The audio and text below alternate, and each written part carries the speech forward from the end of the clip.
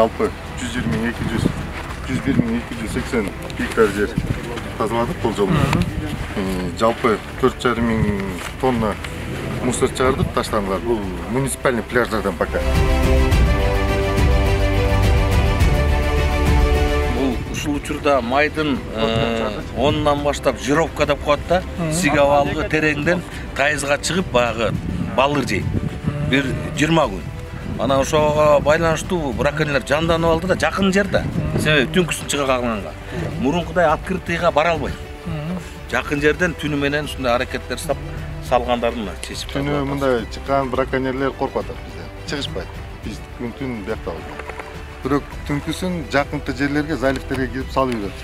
Азыр башында биз деген жолдош министр тоорлор бул эски мусорларды чыгарсак, акыркы күндөрү почти чыгарган тоорлордун бир 60-70% жаң болот.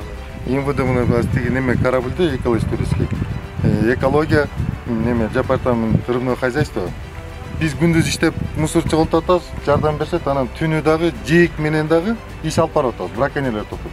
Башка жолу кандай, чтобы ушундай токтотуш? Курсак жолдошубуз. Буякта мисалы браконьерлерди кармасак деле, аларга уголовный дело ачылат экен да, 10 000 сомдон уже уголовный дело экен. Анан буларда ограничение свободы болбойт экен, штраф төлөй эле кара чыгып кетет экен да.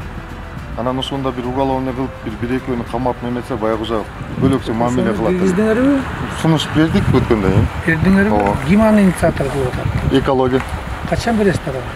Биздиги жогорку жакка айтылды, каттар жазылды, буюрса макулдашып берилет. Жок, аны сурабайсыздар, качан бересиңер деп? 10 күндөгү, 15 күндөгү, качан бересиңер? Кандай дагы сунуштарды бересиңер?